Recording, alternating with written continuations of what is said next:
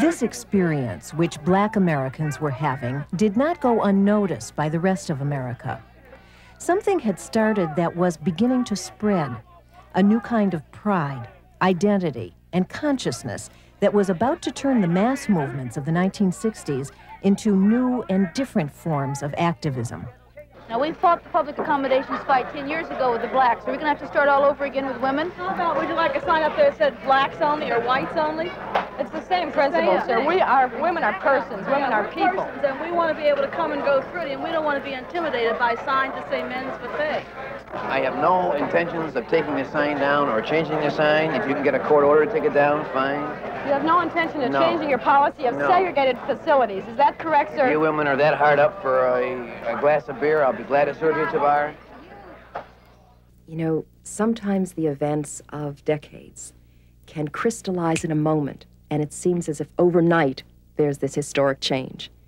When you look back at it, you say, oh, well, this was building up, and for years there was this person and this person and this group, and they were networking and this, and then there was a shift. The women's movement had many origins. In part, it owes its renewed birth to the civil rights movement, because there was then a lesson for the women of America of how blacks at that time were taking their life into their own hands. Is my bacon ready yet? 20 past 8. Some more toast, Teen. Hey, Teen, why don't you get cracking on a thorough fall house cleaning campaign around here? Get the floors waxed, get the windows washed, get this place looking as if civilized people are in residence, hmm? Gee, that's a little light, isn't it? I'm sorry, I hurried it. Sweetie, have a little more damson plum preserves, please.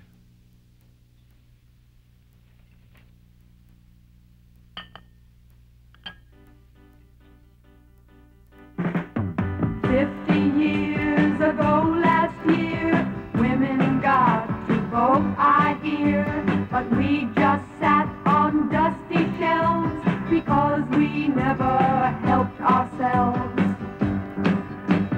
Married men can still be free, but a woman, what is she? A servant with no pay for life, just so she can stay a wife. A status symbol with a ring. Tell me what that's gonna bring. A legal right to bear his kids while liberation he forbids. So ladies, drop the kitchen mop and we'll be heard somehow. Men have made a mess of things. They should be stopped by now.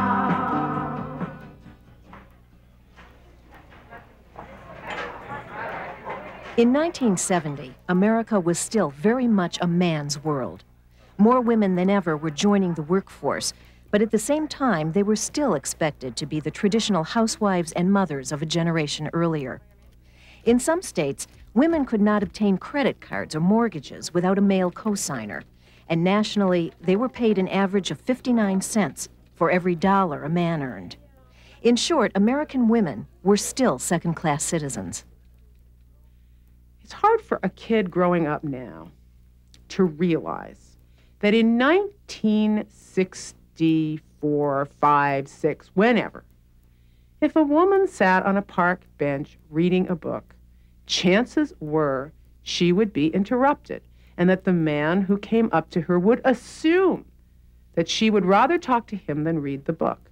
If two women were in a restaurant eating together, it was common for a man or a couple of men to come up to them and assume that they were there to be talked to and that they weren't there for any purpose of themselves. It's hard to believe that this happened, because it doesn't, and that really has changed. I mean, there really have been significant changes in our relationships.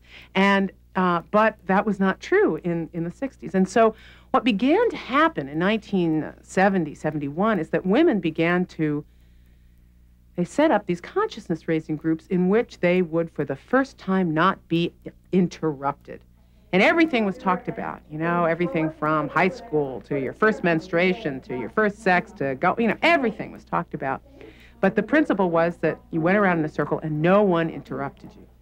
The biggest change, which is still affecting me, is that I now really like women, and I didn't like women before.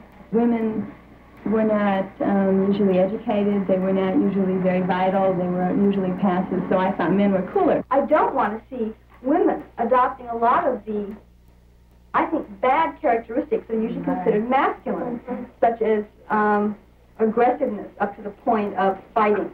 And I don't think that, you know, we do not want to become that way. But we are that way. Men become softer. Women can fight in a different way. It was like a flash ignition. It would be like lighting your gas furnace, and it would just go boom. And all of a sudden, you had insight into things that had happened in the past, and you were able to move forward with this insight. It changed your whole context. And it happened in a group with other people who were experiencing the same thing.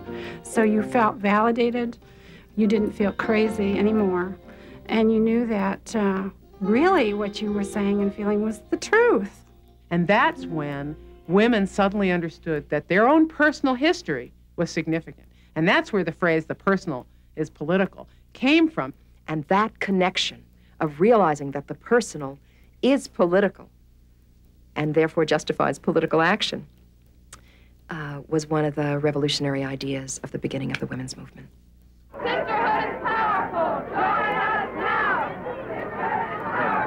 Join us now. A moment in which all this prior organizing exploded was in 1970. It was the women's strike. The theme of it was, don't iron while the strike is hot. And there was a massive demonstration for women's rights. Well, the main demand, of course, is equal rights. Equal rights to have a job, to have respect, to not be viewed as a piece of meat. Equal rights to set forth our own humanity. Equal rights to get into graduate programs, to get into schools, to training programs. We're the bottom third of the employment in terms of pay. We represent, nonetheless, 34% of the workforce, yet we're the first to be laid off and the last to be hired. There aren't frivolous demands at all. We just want what men have had all these years. I think we were willing to stand up and slug it out if necessary to make our point known. Because we shared that amongst ourselves, that probably gave us the encouragement to continue on that path, that we weren't alone. We were all feeling it. I, in particular, felt it. And I made sure that my husband knew I was feeling it. He could no longer expect me to be as his mother was with his father, because I wasn't going to do that. I wanted more. It didn't make for harmony, but it did make for change.